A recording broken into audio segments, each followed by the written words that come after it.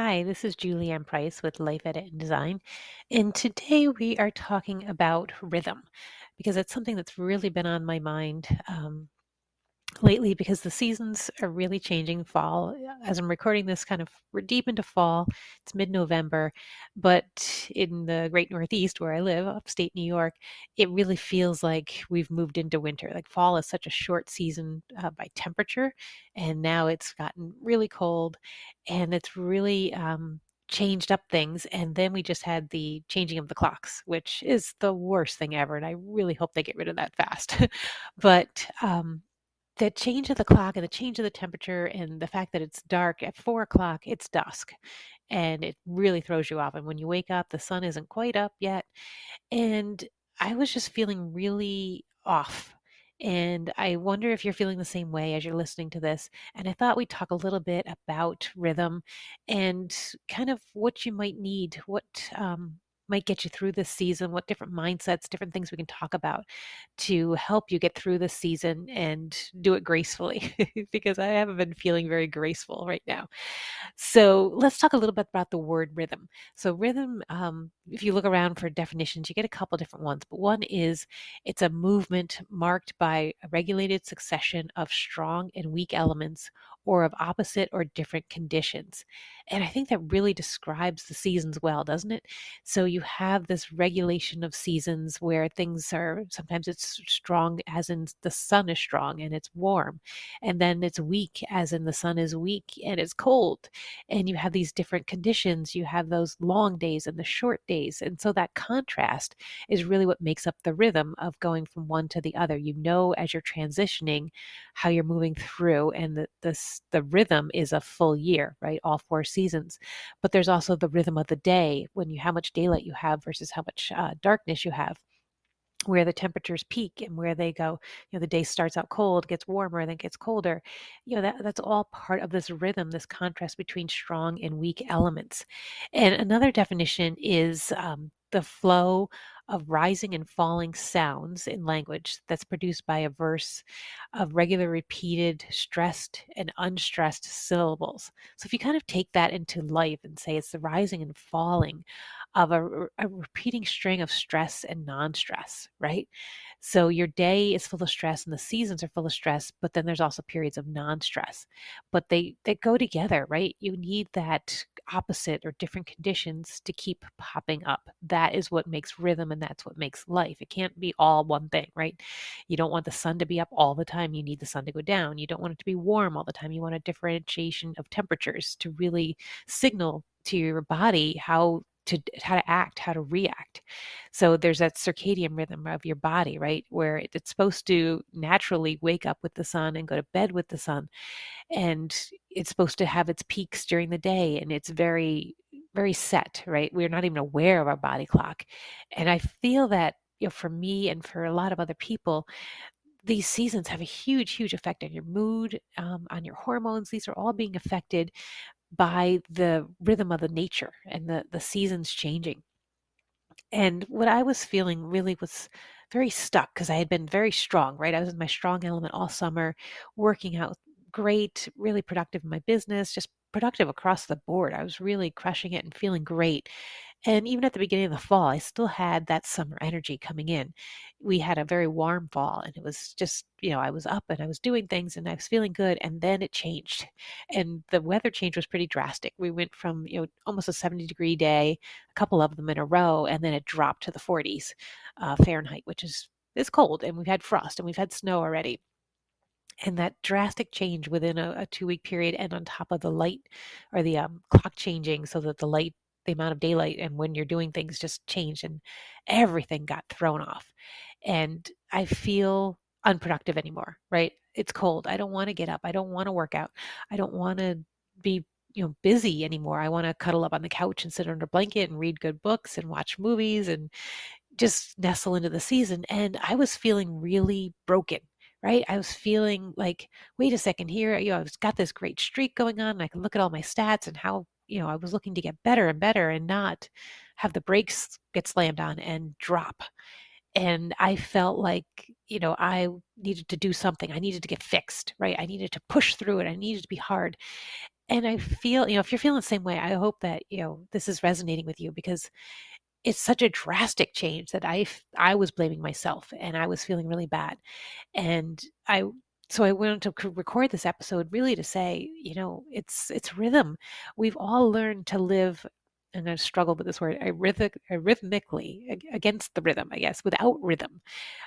We've learned that we need to just stay productive all year long. And even though we know winter's coming and we know how it feels, we're just supposed to push through it. We're supposed to either go south, right?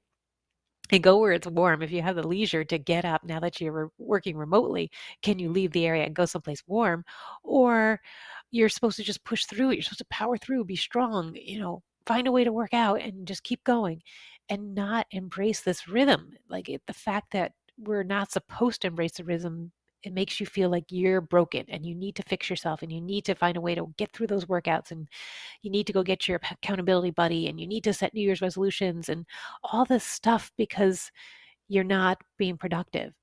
And instead, I'm trying to coach myself that you're not broken, that you don't need to be fixed, but what you need to do is embrace the season that you're in, that the weather has changed, the daylight has changed, everything has changed, and I need a new rhythm to go with it. I need new routines to go with it. And it's, taking this mental shift, it's really kind of, um, I don't know what the word is, but you feel like a lot of guilt and a lot of negativity about yourself. That negative voice is really ramped up saying, you should get off the couch and you should do these things. And what it is I just need to change my rhythm to match the season. So I need to be looking at things like, well, if it's cold and I know it's cold and I know I want to cuddle on the couch, why can't I embrace cuddling on the couch and say that's what's required in the season? That's what the season needs of me. That we're moving into winter, and winter is all about reflection and it's about preparation. It's about, kind of doing some mental inner work and not so much the outer physical work. Now, I don't want to lose my strength, but that doesn't mean I need to work out as hard and with as much energy as I did during the summer because that's not required by this season. This season requires a different rhythm, and we've never been taught to embrace those rhythms and feel good about those rhythms. So coming into winter is a self-care rhythm. It's all about, nurturing yourself and, resting. The outside world is resting. It's going dormant. It's going into hibernation in preparation for spring. And why don't we feel the need to do the same? So I've tried to mix things up this week and I said, okay, if I know I'm going to be cold, right? And I know I've been working out in the middle of the afternoon. And I'm like, right now, that does not appeal to me because that's really when the sun's about to go down before I know it. 3 o'clock is the end of the day as far as daylight goes. And so I said, well, let's get up and do the workout early. You're warm from being in bed. And that's the best time to get into your workout clothes because part of getting into my workout clothes is feeling, oh my God, I have to get undressed and get redressed, and my clothes are going to be cold. Those workout clothes are not warm, right? And I don't want them to be warm because once you get going, you want the cool fabric. But putting that on is just like for me the biggest hurdle. It's like, oh, I just don't want to do it. But if I've just gotten out of bed and I'm warm and I'm going to get dressed anyway, right? If I get dressed in my workout clothes and just do the workout first thing in the morning, that doesn't feel so hard. And the sun is up, right? I'm getting up and the sun is shining brightly in my workout room, where in the afternoon it's not. So my windows face the east, and then the sun's coming in right now, and I was like, okay, this is the time for me to work out. So I need to change that rhythm. I need to look at those strong and weak elements and say, okay, where does this fit now in this new rhythm? Well, in the morning, the sun is stronger, and my motivation hasn't been kind of put on the back burner. I still have, I have less motivation in the winter, but I still have some.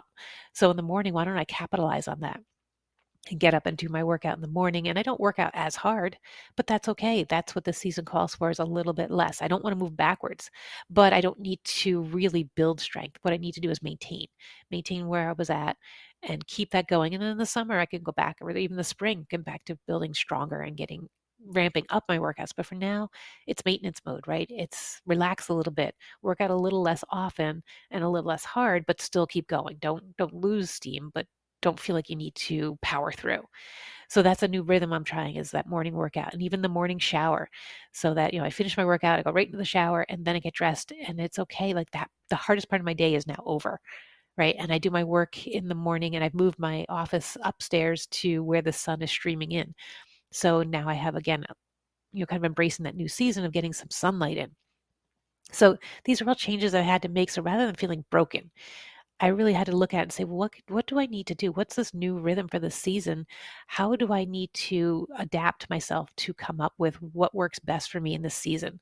So if you're sitting there feeling broken, if you're feeling unmotivated, and if you're in that cuddle syndrome where you just want to get on the couch, but I know I don't want to get on the couch at 10 in the morning. So embrace those, find different ways of doing things, move your day around just to help you get through this season in the best way possible, because winter comes every year, right?